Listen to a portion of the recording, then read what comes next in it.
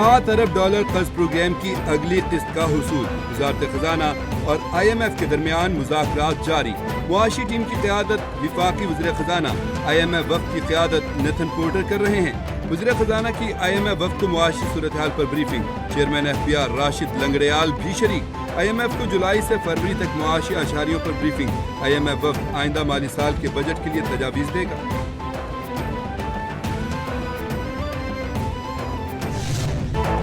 वज़ीर-ए-आज़म शहबाज शरीफ की ज़ेर क़यादत वफाकी हुकूमत का 1 साल मुकम्मल। 1 बरस मुकम्मल होने पर वफाकी काबीना की कारकर्दगी के जायजे के लिए वज़ीर-ए-आज़म की ज़ेर सदारत खुसूसी इजलास आज होगा। वज़ीर-ए-आज़म और काबीना अवाम के सामने 1 साल की कारकर्दगी पेश करेंगे। खुसूसी इजलास में कारोबारी हज़रात, चैम्बर्स के नुमाइंदगान, ख़वातीन, तालिब इल्मों और शहरियों को मदऊ किया गया है। वज़ीर-ए-आज़म शहबाज शरीफ इजलास से खिताब भी करेंगे।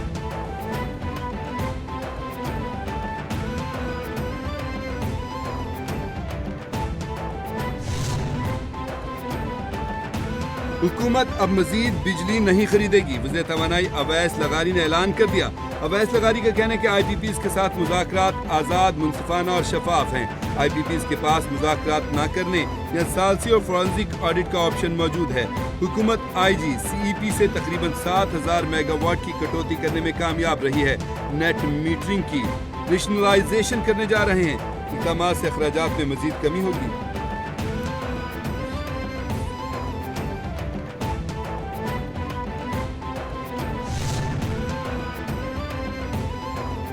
इलेक्शन कमीशन में PTI इंट्रा पार्टी केस की समाअत। मेंबर सिंध निसार दुरानी की सरबराही में 3 रुकनी बेंच ने समाअत की।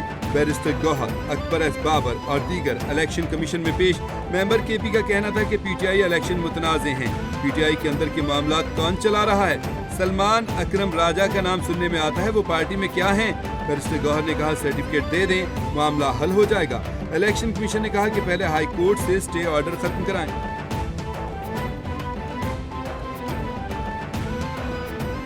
सुप्रीम कोर्ट ने 2 मरतबा उसकी वजाहत रिजेक्ट करते हुए कहा कि वो बाइंडिंग इलेक्शन कमीशन जल्द से जल्द वो नोटिफिकेशन करे। उसके राइट में जो रिजर्व सीटें वो हमारा हक है, वो रिजर्व सीटें हमें मिले।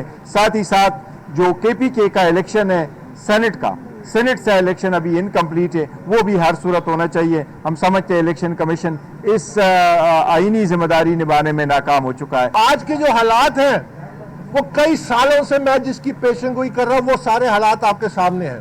जो इल्जाम तराशियां हैं, जो हकायक सामने आ रहे हैं, ये क्यों आ रहे हैं? सिर्फ एक बात की अभी भी कमी है, और वो कमी ये है कि जो जिम्मेदार है उसको आप सामने उससे क्यों नहीं बात करते। बैरिस्टर गौहर कहते हैं कि कागजात फाइल हो जाएं तो 1 हफ्ते में सर्टिफिकेट मिल जाता है। हमें 1 साल हो गया, सर्टिफिकेट नहीं मिला। मखसूस नशिस्तों पर भी ऑर्डर रुका हुआ है।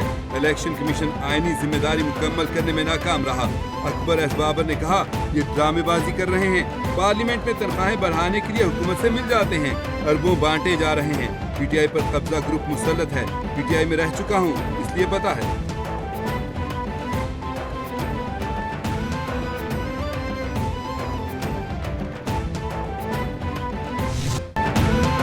मार्च में जनवरी की झलक। बालाई इलाकों में बर्फ ही बर्फ। सफेद गालों ने हर शय को दामन में छुपा लिया। मलिका कोहसार में 12 इंच से जायद बर्फबारी। नथिया गली और अयूबिया 14, छांगला गली में 16 इंच तक बर्फबारी रिकॉर्ड। मरी और गलियात में सयाहों के दाखिले पर पाबंदी। इस्लामाबाद मरी एक्सप्रेसवे आर्जी तौर पर बंद कर दिया गया। गलियात के तालीमी इदारे 3 रोज के लिए बंद। लाहौर समेत मज़ाफाती इलाकों में कहीं हल्की कहीं तेज बारिश।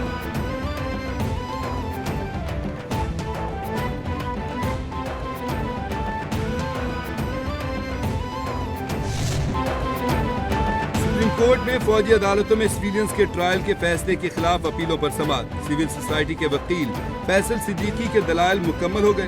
फैसल सिद्दीकी ने कहा कि फौजी और सिविल ट्रायल में जमीन आसमान का फर्क है। एक ट्रायल आजाद है, दूसरा मिलिट्री में है। जस्टिस जमाल ने कहा कि सारे फोरम मौजूद हैं, सारे फोरम काबिल एहतराम हैं। फैसल सिद्दीकी ने कहा 83A में FB अली ने कहा था कि आप कानून को चैलेंज नहीं कर सकते।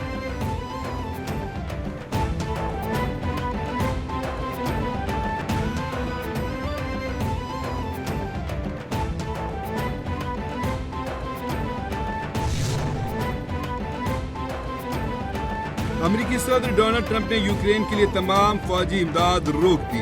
وائٹ ہاؤس کا کہنا ہے کہ صدر ٹرمپ نے واضح کیا ہے کہ ان کی توجہ امن پر ہے۔ ہمارے شراکت داروں کو بھی اس مقصد کے لیے پرعزم ہونے کی ضرورت ہے۔ ہم اپنی امداد کو روک رہے ہیں اور اس کا جائزہ لے رہے ہیں۔ جائزے کے بعد آئندہ کے لائحہ عمل کا اعلان کیا جائے گا۔ وائٹ ہاؤس کا مزید کہنا ہے کہ یقینی بنایا جا رہا ہے کہ امریکی امداد کسی تنازع کے حل میں استعمال ہو۔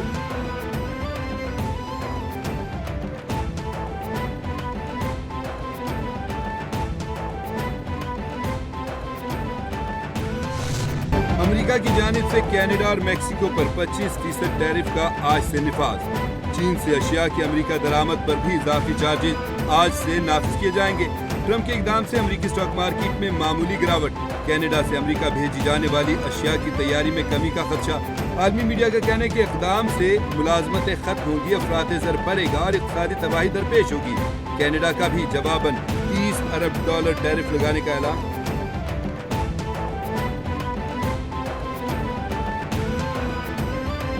ٹرمپ کی ایک بار پھر یوکرینی صدر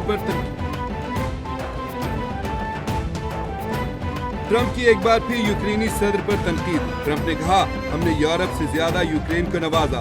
زیلنسکی کو تعریف کرنی چاہیے تھی کہ امریکہ نے اس کا ساتھ دیا۔ زیلنسکی امن نہیں چاہتے، نہ ہی ان کو جنگ بندی میں کوئی دلچسپی ہے۔ یوکرینی صدر کے جذباتی موقف کی مزید تائید نہیں کی جا سکتی۔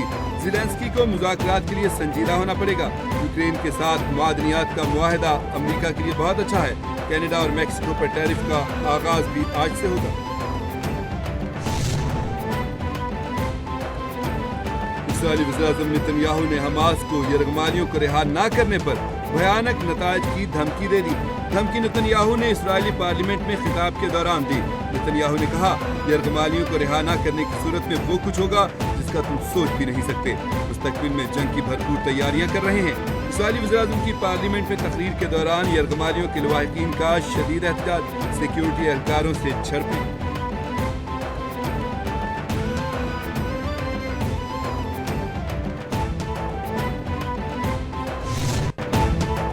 مصطفیٰ عامر قتل کیس کا معاملہ قومی اسمبلی میں بھی پہنچ گیا۔ قومی اسمبلی کی قائمہ کمیٹی برائے داخلہ نے وفاقی تحقیقاتی ایجنسی FIA کو تحقیقات کا حکم دے دیا۔ ازداد منشیات فورس ANF کو مصطفیٰ عامر قتل کیس کی بھی تحقیقات کا حکم۔ قومی اسمبلی قائمہ کمیٹی داخلہ نے مصطفیٰ عامر کیس میں ذیلی کمیٹی بنا دی۔ کمیٹی میں سابق وفاقی وزیر عبدالقادر پٹیل، رکن قومی اسمبلی آغا رفیع اللہ اور نبیل قبول شامل۔ آئندہ اجلاس میں IG سندھ کو طلب کر لیا گیا۔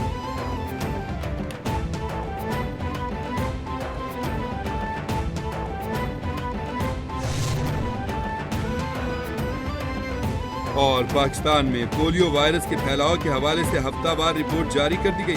رپورٹ 36 اضلاع سے حاصل کردہ 44 ماحولیاتی نمونوں پر مشتمل ہے۔ رپورٹ کے مطابق جانچ ازداد پولیو پروگرام کے تحت قومی ادارہ صحت میں قائم ریجنل ریفرنس لیبارٹری میں کی گئی۔ اسلام آباد سے 1 منفی رپورٹ آئی۔ بلوچستان میں کوئٹہ اور دیگر علاقوں سے منفی رپورٹ آئی۔ خیبر پختونخوا کی DI خان سے، پنجاب کے گجرانوالہ اور لاہور سے۔